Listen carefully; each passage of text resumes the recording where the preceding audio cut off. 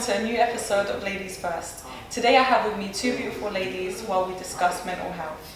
We have Patrice and Saffron. How are you doing today, ladies? I'm good, how are you, babe? I'm good. It's been a long time since I last saw you. Babe, I feel like it's been like over a year or so. It's probably been about 2 years. Yeah, probably even that since we did an event, I think. Oh my god, yes! Yes! That's actually so true. So, what's new? Everything. So I've started my blog, haven't I? So I did that, I've been doing that for a couple of years.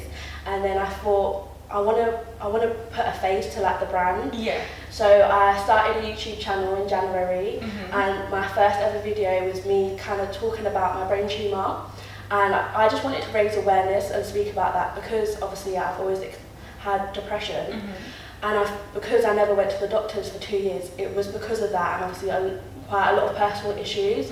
So I wanted to like kind of raise awareness and like reach out to other women to kind of like express that depression is such a serious thing, but because I was so depressed and unhappy, I never went to the doctors about obviously my health. So I've been doing YouTube ever since, and I've had so many like good responses from women reaching out to me about their depression, their anxiety, suicide, and I just feel like I'm building like a small community where everyone just feels comfortable and safe to speak anything, That's amazing. just raw. So yeah, it's good. Oh, you've just come back from abroad. Yeah, yesterday. Yeah. What the hell? You've been doing so much travelling. Yeah, I've been working with a human rights organisation, doing a lot of female empowerment work across the EU. So this is really my first time being in the UK this year. This is crazy. So tell us a bit about what you was doing abroad.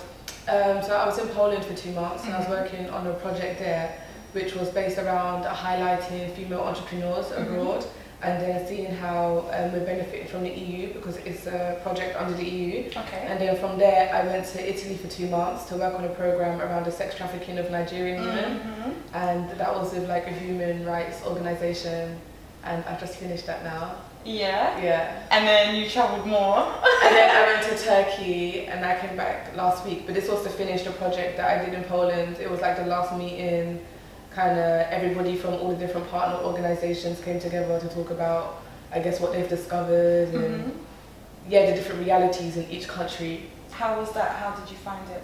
Because you're packing everything into a week, it's quite overwhelming. But at the same time, I feel fulfilled because it came to an end. So I'm like, the job I've done, the job I've done is done now. Yeah, and a lot of people have been able to learn from it as well, which is really nice. So what about like you leaving home and just going to a whole different country, packing your bags and just going, nobody there, and you're just going to work and you don't know what's going to happen, you don't know what it's going to be like? Do you know, when I went to Poland, I didn't feel any anxiety. Well, I did, but like leading up to it, I was justifying it because I had lived abroad already. So I was like, okay, I'm going to do it again. It's going to be easier. But when I first lived abroad, I was in Switzerland. So going to Poland, I didn't realise that there would be such, I guess, a culture difference in the countries. I was just like, you've done it before, you can do it again. But getting there was like a completely different reality because it's the most homogeneous place in the EU. I think like 3% of their population is of migrants. So when you're there, you're really like, you look really different. And you get looks every day, but it really, it makes you really nervous and anxious, and you kind of try to hide yourself a little bit.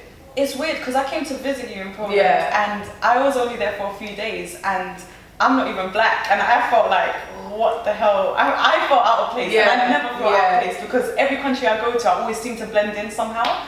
So I can only imagine what it was like, especially with you traveling to different cities and different areas, meeting all these different people, and just being from a different country and not even speaking the language.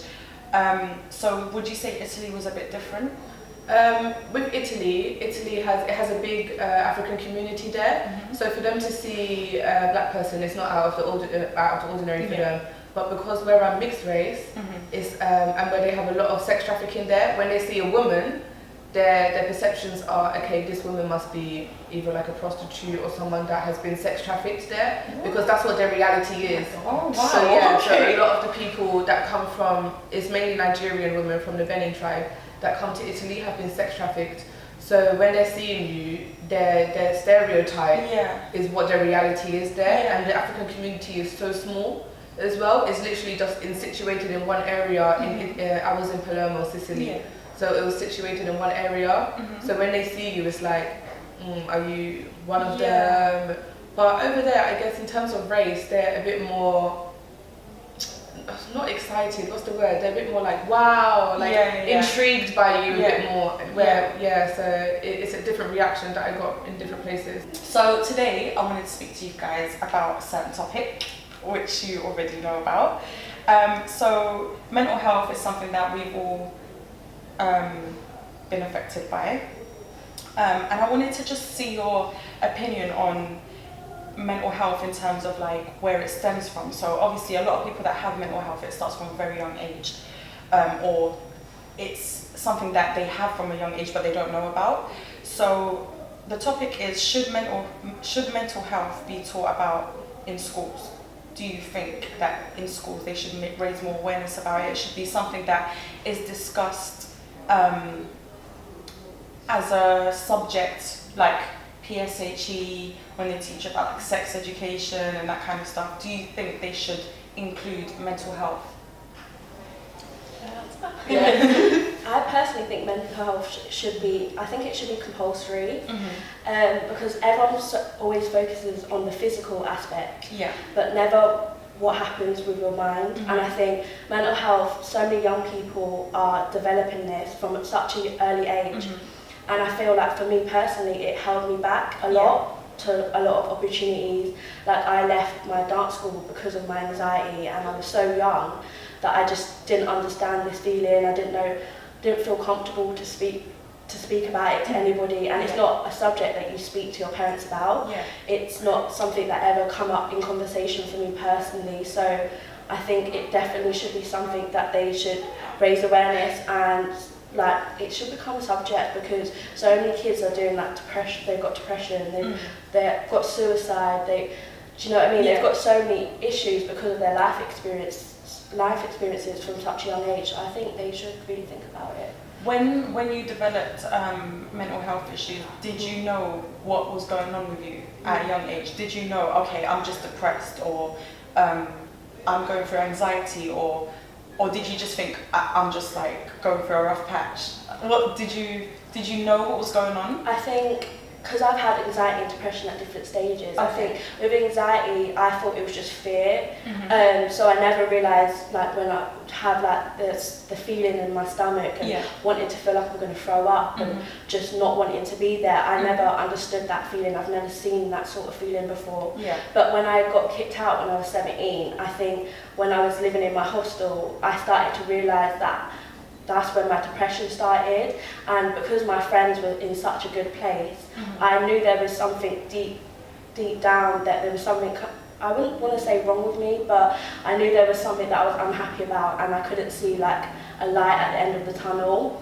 So everything from then, it's just an experience that I've had to like deal with and kind of learn about. And I think from when I've become an adult, I've actually understood what depression was. But as a teenager, it's not something that we ever felt comfortable to speak about. It's not something that I would say to somebody like, I feel depressed, I don't feel like I don't want to be here. So definitely. Yeah. What about you, Saffron? How did you feel about depression? Like, did you develop it from a young age, or is it just anxiety? For me, I would say that anxiety was what first developed for me in a young age, but I didn't realise that until last year. I was suffering with anxiety in childhood. And I remember all I used to say was, oh, I have a bellyache, I have a bellyache. Bless you. Yeah, but I didn't know what it was, and like it would be certain situations that would give me a bellyache. So, and I always felt a bit scared to tell my parents as well. But I think looking back, I think it relates to the kind of environment that I grew up in. It wasn't, I guess, the most nurturing environment for a child.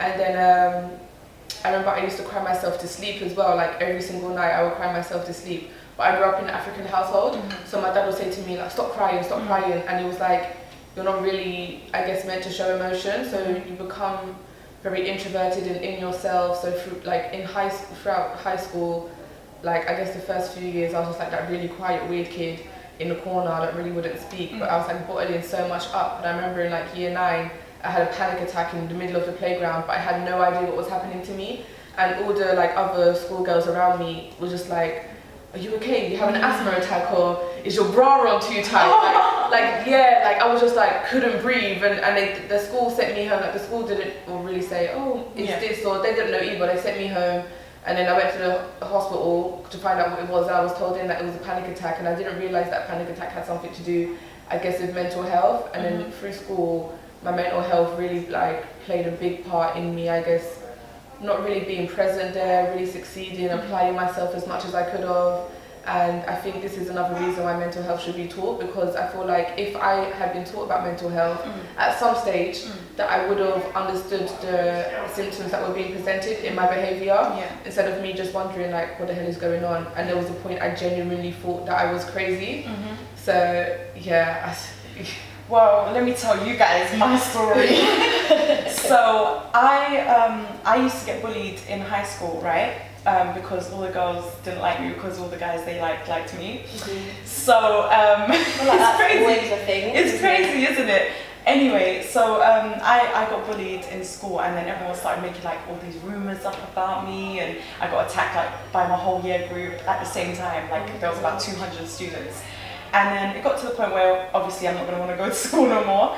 And I remember I was like off school for about 2-3 weeks, and I was in my living room just chilling with my family, and then the living room started spinning, like out of nowhere. The living room just started spinning, and I was like, oh my God, what is happening?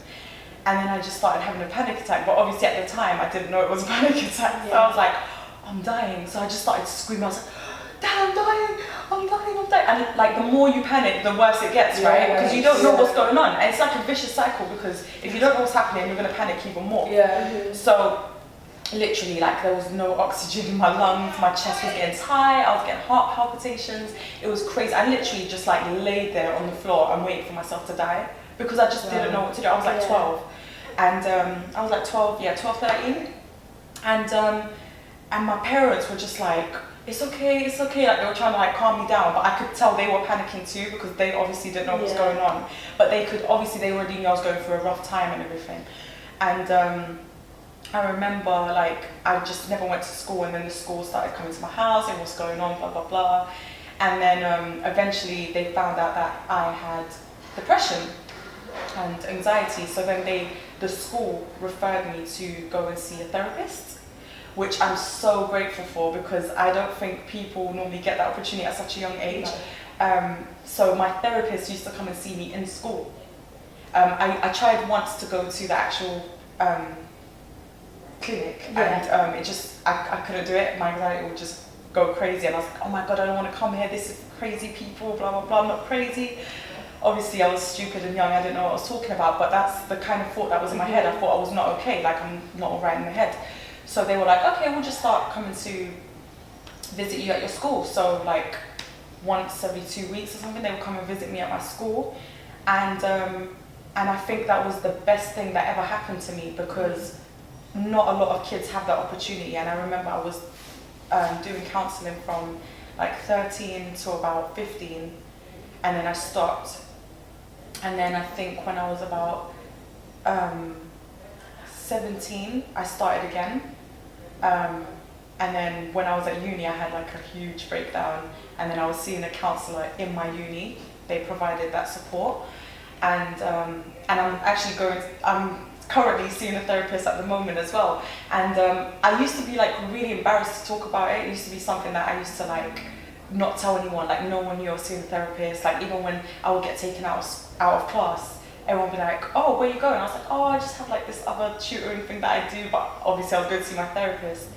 And I'm obviously really grateful that I had the opportunity, but I don't think everybody has that same support. Although I would say that recently I was at my school, and I've seen that they've started to support kids with mental health more. Like they start to give extra time for people in exams that have anxiety. They're allowed to have like rest breaks and stuff like that. So they are acknowledging it, but I just feel like, had I known that panic attacks were a thing before I knew what sex was, which I'm probably going to experience after experience, like, do you know what I mean? Like, I'm more likely to experience a panic attack before I'm experiencing sex, which you're teaching me at like 12 years old.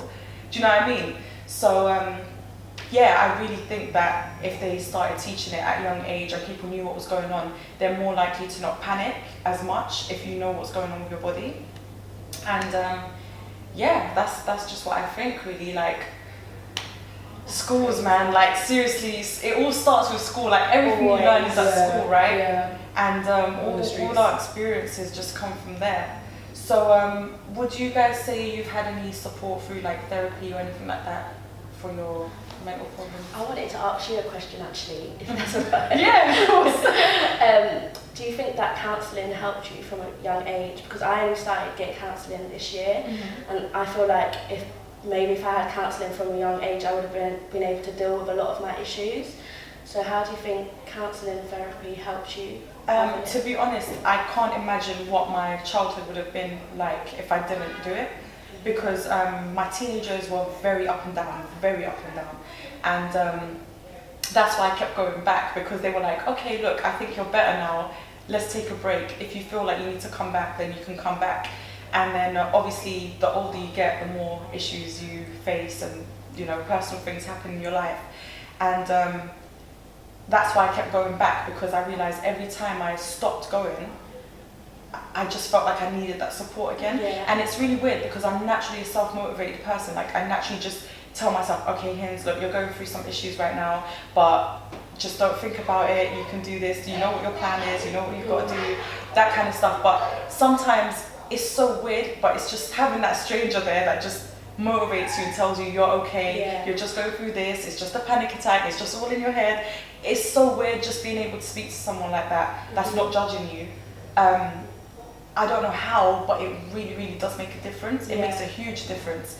And I can only imagine what it would be like if I didn't have that support from a young age. And I would definitely recommend, personally, if it was my way, I would recommend therapy to everybody. Yeah. Literally. Can I just interject? Yeah, go on, babes. Okay. I would, like you, recommend therapy to everybody, just because I feel like when you're suffering with something, maybe it's good to have someone who's an outsider to kind of speak to. Yeah. But I did do counselling when I was 13 for a couple of months. Okay. So I would say, again, with counselling, I think it's dependent on a person and how they respond to it. Because for me, I didn't get the same benefits that you got. In fact, I feel like it made things a bit worse to have someone there, because there was a disconnect between me and this person, and they're just there in a room. Like it felt very forced and unnatural. And at that time, I guess because I was quite young, I still wasn't aware what it was that I was dealing with or processing in order to go and sit down with somebody. So I feel like when it comes to therapy, it's dependent on a person, and there's always different forms that people might respond to differently. But I would say that people should try counselling. Yeah, no, I agree with what you said as well. My first session that I ever had, I felt like, what the hell, this is so weird. Like this, I don't even know this person. I'm just talking to them about my personal issues. It was so weird. And I felt like it depends on the counsellor as well, because I just felt like she was just like writing down notes, and like it was very formal, very like robotic. But it definitely depends on the counsellor, and it depends on the kind of person you are. Also, when I got referred this time for counselling, they asked me, they said there's different options as well. So there's like one-to-one, I've done like group stuff as well. Group stuff is not for me. And there's also another thing you could do, which is like behavioural, I can't remember what it's called, I don't want to get the name wrong, but it's like basically where CBT? Yes, CBT. And basically cognitive behavioural therapy. That's the one. Okay. And that's a bit different, which it helps you to like stay motivated and to not procrastinate and get on with everyday life and just do daily tasks and stuff like that. And that's good as well, that there's options as well. Like Saffron said, there's different people want different treatments. And they even asked me like, what do you want? And I specifically said, I want therapy, one-to-one. And so it all depends on the person and the type of thing they're going through, because anxiety and depression, they treat differently as well. It's like two separate things. And at the moment, my therapy is to be treated for depression. And then they said after that course is done, I will be doing a course for anxiety as well. Yeah. Which is crazy as well, because the NHS at the moment, I don't know if you guys know, but they're really like cutting down on costs for mental health. It's crazy, because I was seeing a therapist in my GP surgery. I saw her for like 2 sessions, and then she called me the other day before my session, the day before, and she was like, yeah, we're not doing these anymore, they've cut down, they're not doing therapy and surgeries anymore. That's why she referred me to this other clinic that are going to start seeing me now, and they're the ones that gave me the options. But honestly, I'm just so grateful to be able to even have the option to even have any type of help, because I know how hard it is right now. Yeah. And they're really like prioritizing certain people, and it's just so sad that not everyone has that right, which I feel like everybody should. But yeah, I was gonna ask you about your therapy as well. How do you feel everything's changed since? So I think for me, like, that's why I was asking about how you felt with counselling at a young age. I feel like that's something I needed, but I never knew about therapy, I never knew about counselling, I didn't ever feel comfortable to go to the doctors, which is why when I was 17 I was living in a hostel, and I feel like that was a turning point. That's when my depression really kicked in. I had anxiety, but that's when my depression, I think I was at my lowest point, because I obviously just felt rejected in life. And I feel like for me, I turned to other aspects like drugs and alcohol to kind of feel like numb my pain, which is why I wish that I had somebody there to like notice everything that I was going through and said, look, she's like, maybe you should have counselling and therapy. I'm now 25 and only now I'm dealing with the issues that I've had for like 8 to 9 years. So I feel like now it's hard. Like my first session was really difficult. I just cried loads, like, because mine is like built up pain over so many years, and from like personal experiences to obviously what's going on with my health. And I feel like it was my health that made me feel like I need to speak to somebody about it, because I just felt being diagnosed with a brain tumour at 23, it just gave me a breakdown, and I think it just enhanced my depression even more, to the point I didn't want to leave the house. So they've offered me antidepressants, but I refused it because I just feel like I just want to speak about my options, and I've started like doing things like yoga and stuff like that to really help with my anxiety, and it just kind of makes me feel at ease and makes me feel a lot better. And I've also started doing meditation as well, so that really helps me, and just going for long walks. Yeah, that's amazing, because a lot of people don't realise that mental health can really mess up your physical function and health as well.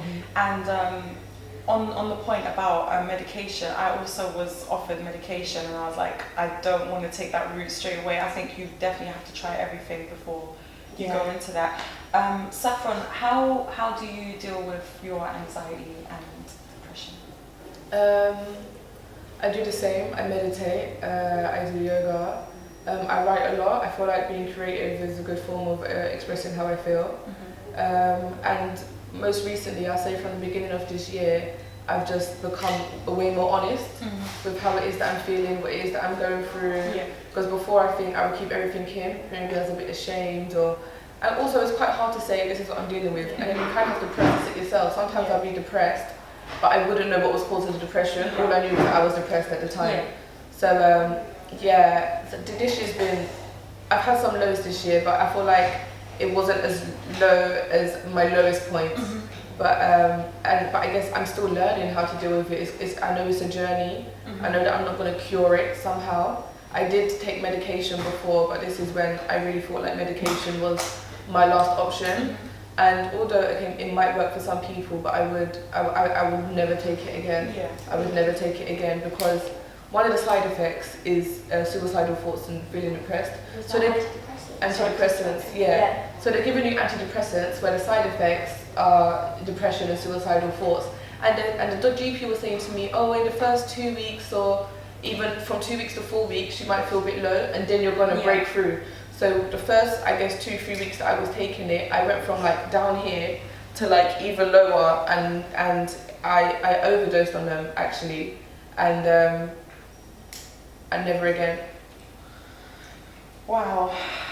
That's crazy. I know that like with medication there's like so many different options, and they can't give you anything until they know what type of thing you're dealing with, to make sure they give you the right type for your situation. But yeah, oh my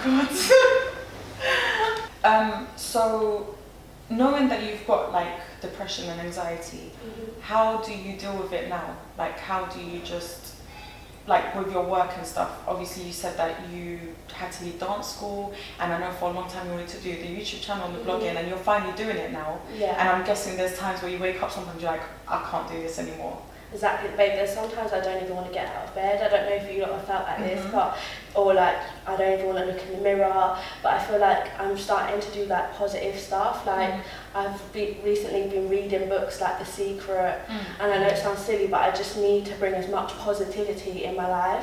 And I felt like with me, I've lived alone since I was 17, but I got my flat when I was 18, and I feel like being alone when you're depressed, that is like the worst thing. I can't imagine, honestly. So I think now I'm starting to just, YouTube and my blog, it is a creative outlet like you said, but it's also sometimes, because that's the only thing I'm doing now, sometimes it feels like a job, and some days I just need breaks. Some days I don't want to film, or I don't want to put makeup on to try and look pretty and pretend that I'm happy, when really I feel like I'm slowly dying inside. So I think I'm starting to, I signed up to the gym recently, so that was difficult, but I feel like I felt so good after, but it's like getting there and like telling all the negative thoughts like, I can do this and da-da-da, but instead I can't do this and you shouldn't go and everyone's going to look at you. But now that I've been going for a couple of weeks, I feel like that's helping me. It's something,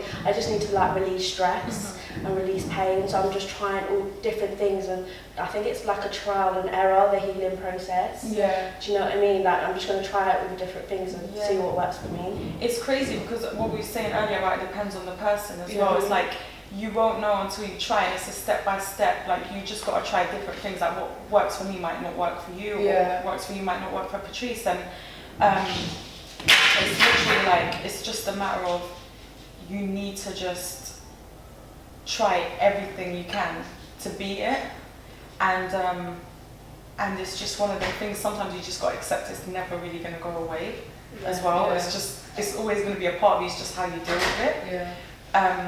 But so with you, Saffron, how would you say like when your anxiety kicks in now at your age now, and like you know exactly what's going on, and you're very aware of your situation, you're aware of how you feel, how would you say you deal with it in terms of like not letting it affect your work? I would say to not let, I guess, my anxiety affect my work. I'm still learning how to do that, because I'll get loads of ideas of things that I want to do, and then I'll get a bit scared to do them. And I know it's anxiety, and I guess I have friends who also suffer with mental health problems. A lot of them have like either anxiety, depression, or whatever it might be. And I speak to them, and it's nice to have someone that can relate to you, because they're just there to reassure you. So I think it's nice to have people who, I guess, understand.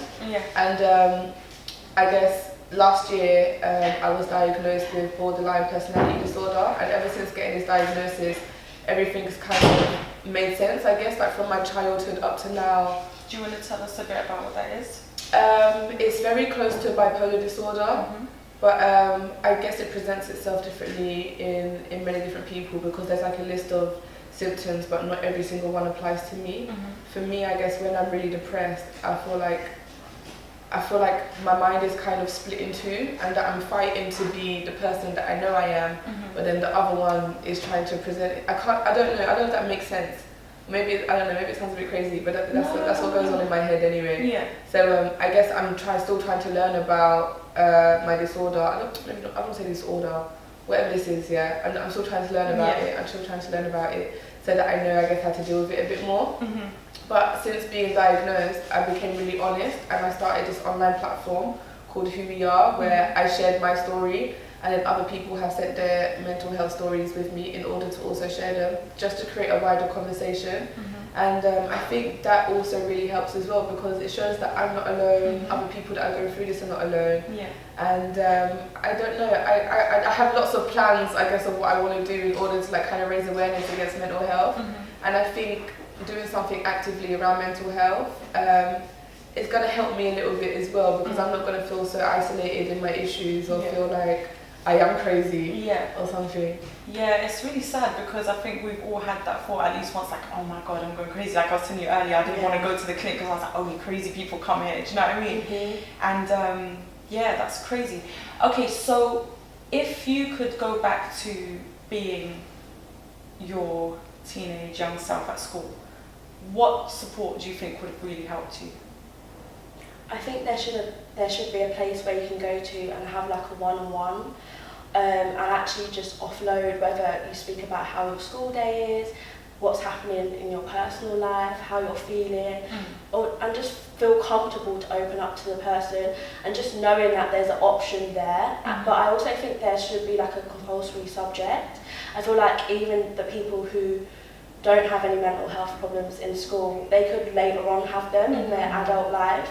But so I feel like the school should educate us, like what's it called? Sex education. Sex education.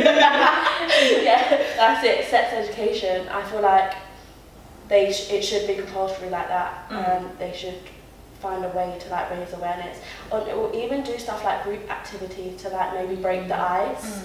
But maybe it don't have to be around depression and anxiety and suicide, but it should be like an open conversation, just so they're like getting knowledge about it. So even if they don't have any mental health issues, they could at least understand it, start learning about it. Yeah, and even detect it as well. I think around, like, even if they're not going through it, people around them might be going through it, and then if they can detect that, like growing up, I was telling you earlier that my dad, he suffered from mental health issues from when I was quite young, and I never understood. I always just thought my dad was in a bad mood all the time, he was always angry. And I would always ask my mum, like, why is dad always angry? And she was just like, oh, don't worry. Like, she wouldn't really tell me what was going on. And then obviously when I got older, I started to understand what was going on. It's just kind of like, cool. But I definitely think we need to learn more at a young age. What do you think, Saffron? I agree, because just like you, when I grew up, my dad was depressed and he was drinking a lot, and I didn't realise that it was a problem. I thought, oh, he's just a man, do you know what I mean? He's just doing his thing, whatever, or he's just like a grumpy African. That, African parents. I never knew that it was like depression until I got older, and I started seeing the signs in myself. But I think, like, you know, when you watch like American movies, and they're in high school, and then they have a school counsellor, they just like, they walk into the room and just chat about whatever. I think if we had something like that in schools, it would be really good. 100%. And if we had mental health as a subject, I feel like if it was taught in different ways, like in PSHE, and I guess so that they can learn the symptoms, but also like in art class as well, so that it can be more of a creative thing, so it's not something that I guess is too overwhelming for the young children. And also I feel like education about mental health is really, really important, because for me, someone that suffers with it, I had to educate myself about it, and it took me a while to even realise, oh, this is mental health. I had to learn the hard way. And when you're not educated, it makes you ignorant. So even if I never knew, or someone else was to see someone with mental health problems, they're quick to say, oh, they're crazy, or something's wrong, or let's stay away from that person, they're probably unsafe. So I feel like education is definitely important. Yeah, 100%. Well, if anybody is watching this and is in a place where they can help make that happen, please do, because it is very important. Also, I just wanted to say that there is a way to self-refer yourself if you are looking for therapy. I don't know, every borough is different, but if you do Google self-referral for counselling, it should come up and show you where to do that in your own borough.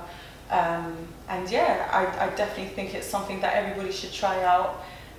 If you are suffering with mental health, please do speak to somebody and don't suffer alone, because it is definitely not something that you should be going through by yourself, and you never know who else is going through it, right? Exactly, amen.